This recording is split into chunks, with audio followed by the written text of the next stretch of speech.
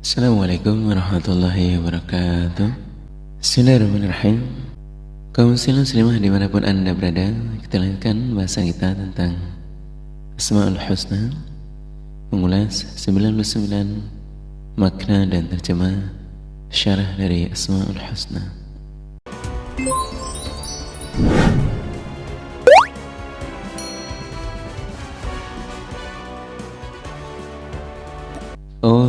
Bismillahirrahmanirrahim.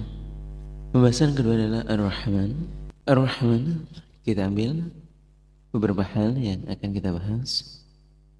Yang pertama, pemahamannya adalah contoh ada seseorang perempuan tawanan, kemudian dia mencari anaknya dengan mencoba untuk mengetahui kedekatan anak dan ibunya itu dengan dia berupaya untuk memilih karakternya, di mana anaknya biasanya kalau menyusu terhadap ibunya itu punya kedekatan dari batinnya dan juga kedekatan karakter.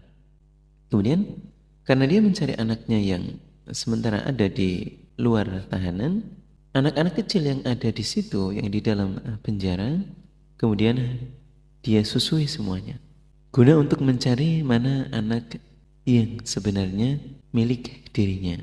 Pada saat dia menyusui anaknya, ya penuh dengan rasa sayang, penuh dengan rasa cinta tentunya, agar dia bisa menemukan mana anak yang sebenarnya milik dia, karena rata-rata masih pada kecil.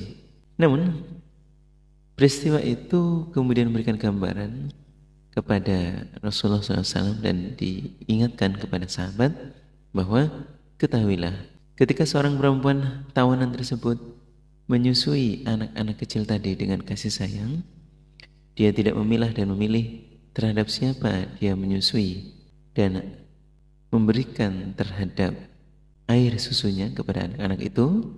Ketahuilah bahwa Allah lebih sayang, masih lebih sayang daripada hambanya yang sayang terhadap anaknya dengan memberikan air susunya tadi kepada semua anak-anak kecil tadi. Allah jauh lebih sayang. Riwayat Bukhari. Kemudian yang kedua adalah sifat Ar-Rahman. Memiliki pemahaman ialah ketika zaman Nabi Nuh terjadi banjir, ada seorang ibu yang rela menggendong anaknya sampai diangkat di atas pundaknya. Kemudian karena banjirnya semakin tinggi, dia gendong di atas pundak, dia naikkan di atas kepalanya sampai ibunya yang tenggelam terlebih dahulu, dan kemudian karena banjir tidak kunjung surut, akhirnya keduanya pun tenggelam dalam banjir yang begitu besar. Karena rasa sayang orang tua ialah ibu terhadap anaknya untuk menyelamatkan dirinya, tetap dikorbankan untuk membuat anaknya bisa selamat, walaupun pada akhirnya dua-duanya tidak selamat. Hal ini memberikan kita petunjuk bahwa Allah jauh lebih sayang dibandingkan seorang ibu yang ingin menyelamatkan anaknya dari peristiwa banjir di saat zaman Nabi Nuh. Kemudian yang ketiga ialah ketika Nabi sendiri, Rasulullah SAW, menggendong terhadap Hasan dan Husain. Nabi berdoa, Allahumma irhamhuma farhamhuma wa anta arhamur rahimin. Karena rasa sayangnya Nabi yang tidak terbatas dalam Riwayat Bukhari. Namun sudah pasti bahwa kalau kita melihat sejarah dari kisahnya Hasan dan Husain, sekalipun beliau adalah sosok cucu yang paling tersayang, yang sangat disayangi oleh Rasulullah SAW, namun akhir hayatnya mendapati kisah yang sangat memilukan. Tapi dalam hal ini bahwa rasa sayang ditunjukkan oleh Rasulullah SAW kepada Hasan dan Husain karena menjadi anak dari putrinya sendiri, maka ketahuilah bahwa Allah jauh lebih sayang terhadap orang-orang iman dan terhadap penduduk dunia. Maka sifat Rahman itu mengandung 5 makna. Yang pertama adalah Ar-Riqah, artinya lembut, tidak mau menyakiti. Yang kedua Asy-Syafaqah, rasa belas kasih.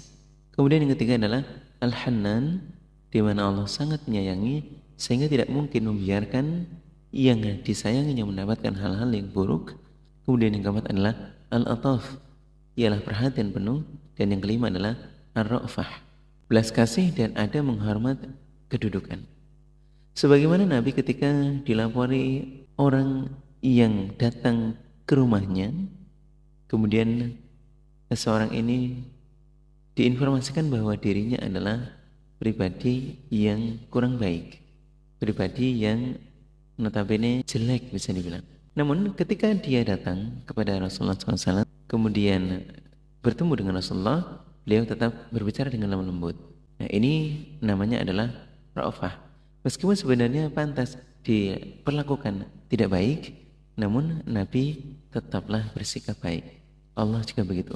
Pada orang-orang yang maksiat sebenarnya umpama Allah menyiksa sudah semestinya, namun Allah tetap memberi kesempatan untuk menerima taubatnya.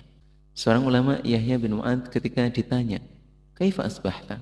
Dia menjawab, "Baina ni'matani khair, mansyurin wa syarru masturah." Ketika beliau ditanyai tentang bagaimanakah keadaanmu di pagi ini, beliau menjawab, "Keseharianku di antara dua hal, dua nikmat. Yang pertama, khairul mansyur, kebaikan yang disebar, diberikan kepada semuanya, tidak pilih-pilih.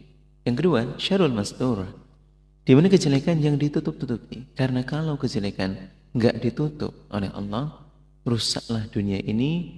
Tidak ada orang yang mau saling bersalaman.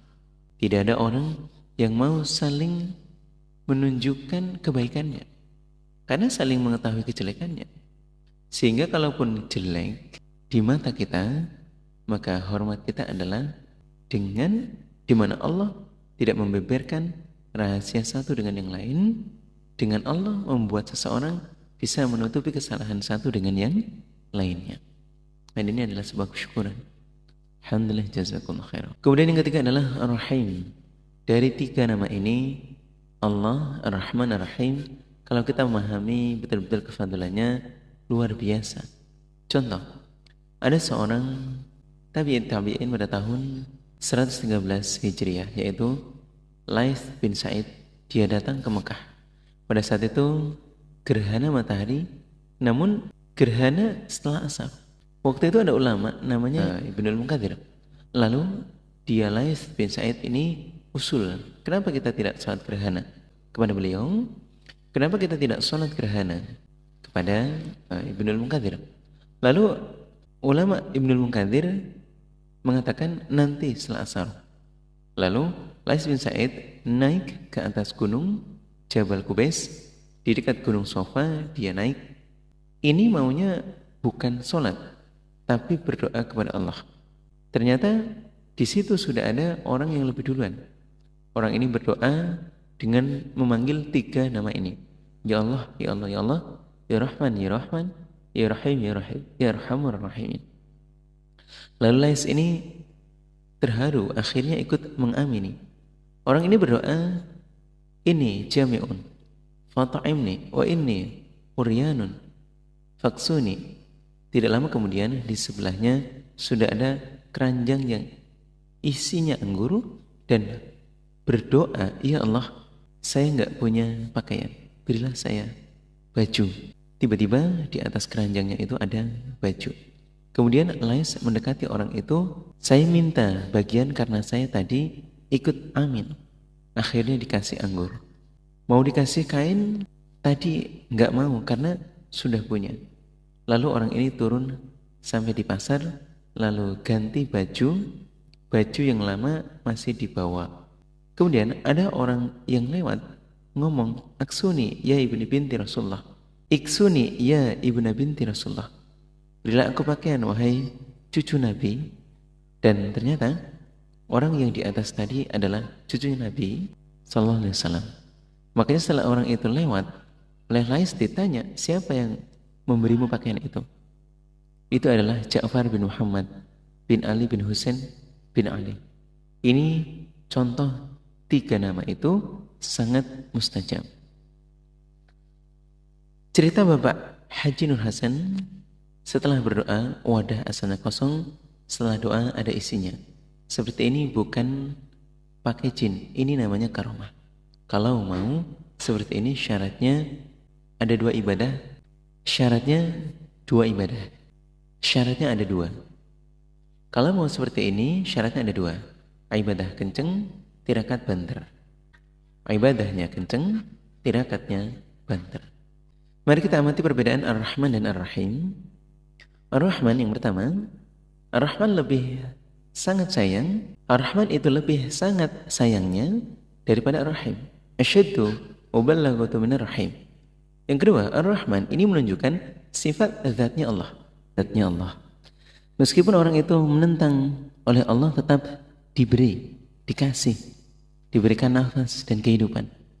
Bahkan dunia ini sepanjang sejarah, orang yang paling kaya itu umumnya orang yang tidak beriman, orang kafir.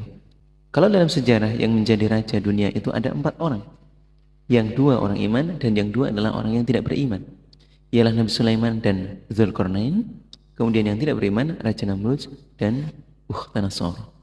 Kemudian yang ketiga adalah Ar-Rahman, khusus Allah yang boleh menyandang nama ini. Karena kalau manusia, nggak mungkin. Apa ada orang yang mengasihi pada orang yang memusuhi? Umumnya kalau ada kesempatan membalas, pasti membalas. Kalau Ar-Rahim, boleh seperti Nabi dikatakan oleh Allah, laqad ja'akum rasulun min anfusikum azizun 'alaihi ma anittum harisun 'alaikum bil mu'minin raufur rahim. At-Taubah ayat 118. Sungguh telah datang kepada kalian utusan dari golongan kalian yang mulia, yang merawat terhadap kalian, yang semangat terhadap kalian, yang cinta terhadap kalian, dan juga khususnya kepada orang-orang iman, sayang dan sangat sayang dan menyayangi. Apalagi di akhirat, dengan Ar-Rahim ini akan dimasukkan ke dalam surganya Allah. Dan Ar-Rahim terkhusus hanya terhadap orang-orang iman, dimasukkan ke dalam surganya Allah. Tetapi kalau dalam Ar-Rahman, itu ya untuk orang iman dan orang-orang yang tidak beriman, semuanya diberikan. Alhamdulillah, jazakumullah khairan. Namun Ar-Rahim khusus terhadap orang-orang iman akan dimasukkan ke dalam surganya Allah.